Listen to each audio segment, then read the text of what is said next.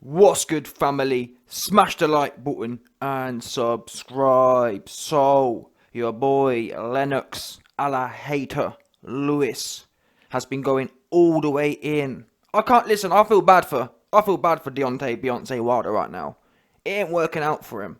Why is everyone digging in on Wilder right now? Everyone kicking a dog when it's down, kicking a dog when we know he's about to turn into Kelly Maloney 2.0. You know what I'm saying? Lennox is pushing that thing right in a bit more.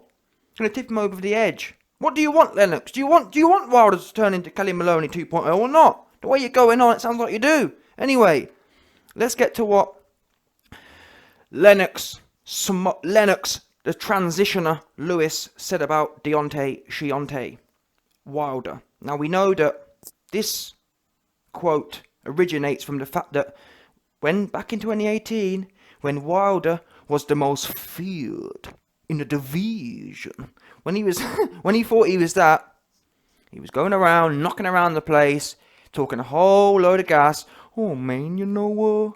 I'm Deontay Wilder. I'm the most feared in the division. When he's saying that, my man dropped in there that he'd murk a 1985 Mike Tyson. 1986 Mike Tyson. Now, I don't even like Mike Tyson personally speaking now, as a person. I don't rate him after what he did to his co-host. But anyway, that's irrelevant. The fact is, in terms of boxing, 1986, prime Mike, you can't deal with Theory, yeah?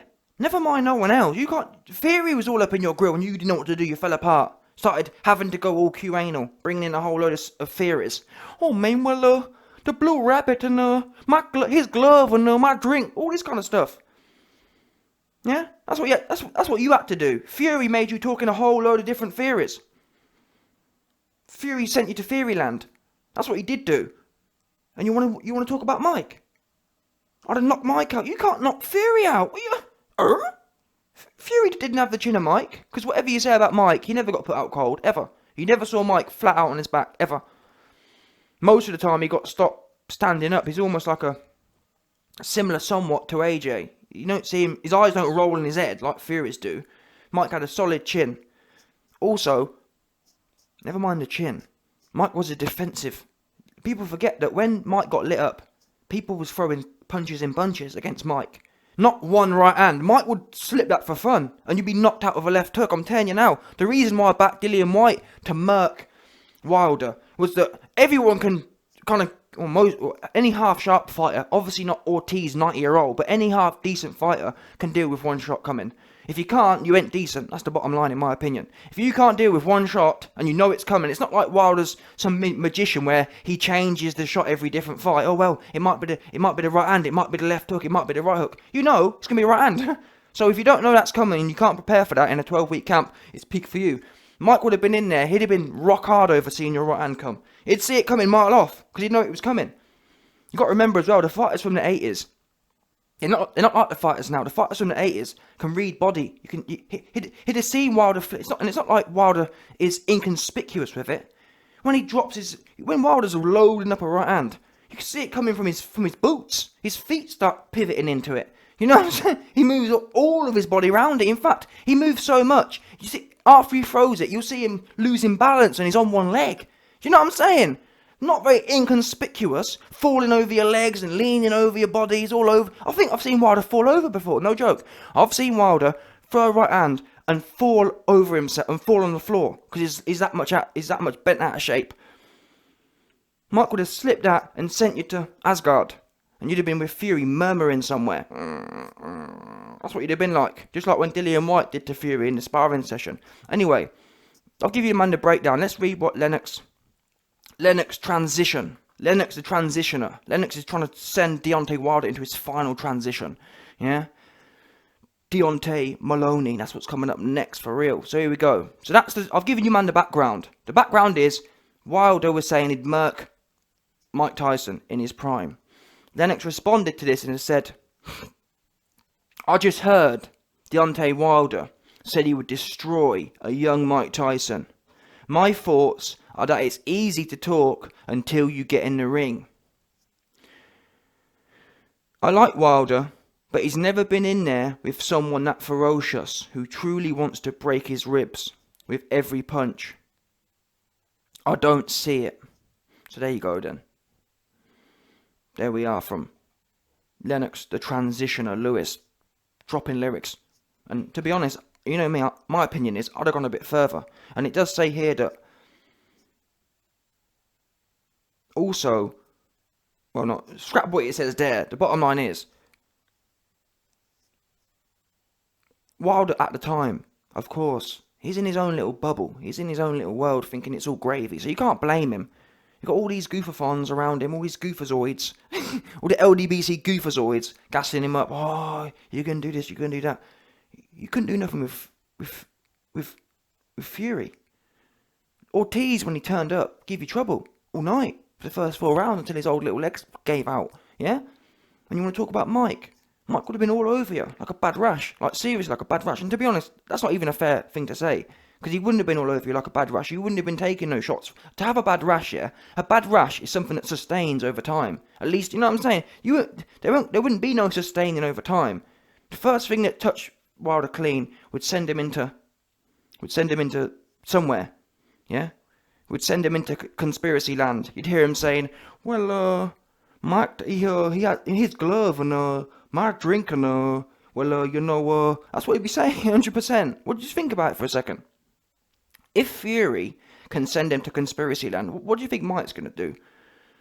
And to be honest, Mike could probably, if Fury sent him to conspiracy land, Mike could probably send him to just flatline land. He just wouldn't hear nothing. He'd just be flatlined. On one of them ones, one of them quiet ones, one of them run out the ring and say nothing ones. That's what I reckon would probably happen. He'd just be iced, yeah. On some Men in Black thing, you know, where the Men in Black get that thing out and it wipes their memory. That's what Mike would send Wilder onto. And for me, it's just from Lennox's point of view, when you've been in there, and that's what he's basically saying, when you've been in there, it's easy to sit there, yeah, when you're around in the night, it's easy to talk this greasy talk when you're knocking around and your best opponent is Luis Ortiz, who, ironically enough, has been around since the 80s and 90s. Lennox Lewis is thinking, Wilder, your best opponent, Mike Tyson took Ortiz's best years in the Catskills. Luis Ortiz was Mike Tyson's #1 sparring partner. Mike Tyson knocked all the goodness out of him. Do you know what I'm saying? It's crazy to think fighters today, the best fighters or the top 5 fighters around in Ortiz was a sparring partner back then. That was Mike's sparring partner. He wasn't no real thing. Ortiz wasn't. Show me the fight where you see Ortiz versus Mike or Ortiz versus Lennox Lewis. You don't see it because he was a sparring partner. That's what Ortiz was. Now, because the crop's so soft, Ortiz, the old sparring partner, is now top 5 kind of cat. Wilder's going 50-50 with former 1980s sparring partners. That's the bottom line. 100% confirmed. Ortiz was in the Catskills with Mike. And you're getting all kind of trouble with him. All kind of trouble. And again, Lennox says, I'm not even sure why he says I like Wilder, because you don't like Wilder, but he's never been in there with someone that ferocious who truly wants to break his ribs with every punch. I don't see it. This is something that people don't really appreciate. Show me a fight that Wilder's been in where someone was really trying to get stuck in. Just tell me. Show me one. Because even Ortiz, my big criticism of the second Ortiz fight, Ortiz backed off after 4 rounds and started smiling and standing there. That goofy face he pulled. Swear down. 100% confirmed. He stood there and the first 4 rounds he had a bit of pressure. His old little legs gave out. And then he started standing and smiling. And he walked onto one. Or just stood there. And got plastered by the one shot you knew was coming. How are you going to get plastered by the one shot you knew was coming? Fury, okay, yeah, Fury went in there, and that's what I mean, that's the point. The one person who turned up, and I've been saying this for the longest, the one person who turned up and give it a good innings, turned you into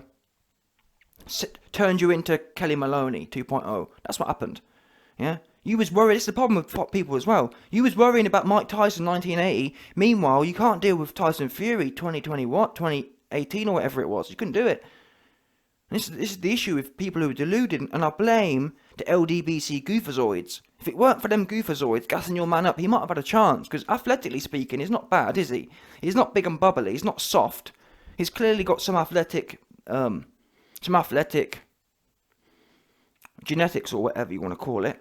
But you man went to his head and he started saying crazy things like, "Oh man, I don't even have to train, and I'm the most feared in the division. My grandmama says I'm anointed by God." Oh, and your mum was loving it. You weren't saying, "Wait there a minute, Wilder, let's take a step back. You're not God's gift. You're not," you know what I'm saying? You're not. You're a human. You need to get in there and train properly.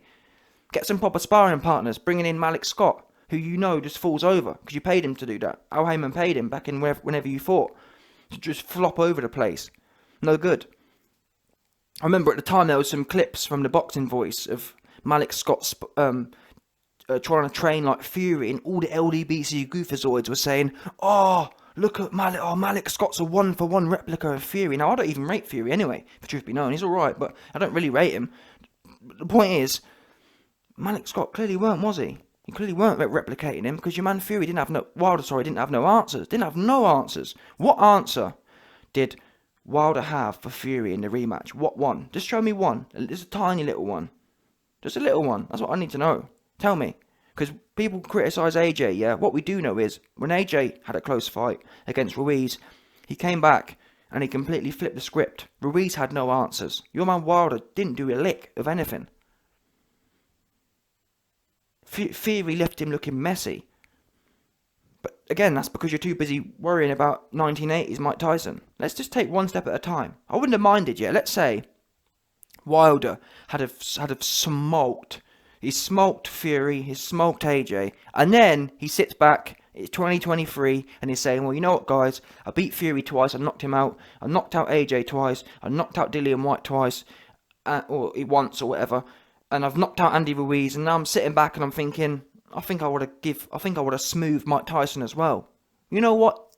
God's honest truth, I probably would have made a video saying you're gassed, but in my heart of hearts, I'd probably be thinking, you know what, that might be a good fight. Innit though? If you've gone in there and you've just iced everyone today, that you've earned that right. But this is the problem in this age, in this social media age. You don't have to earn nothing. You can just talk it and then get murked by someone who can't lace their boots. Fury couldn't lace Mike Tyson's boots. He couldn't. Especially not in that kind of fight as well. On a fight where it's aggressive. Like Lennox Lewis said, it's a different type of mindset. Now, I'm not saying Mike was infallible, because clearly he had his own problems and his own issues. But one thing we do know is Mike always give it a good dig. Now, if you could take a good dig, he didn't like it, but not many could. You had to be a very high caliber of fighter to take a good dig off of Mike Tyson. You had to have that. Almost in itself was a certification. I think that boxing organisations should be giving certificates out.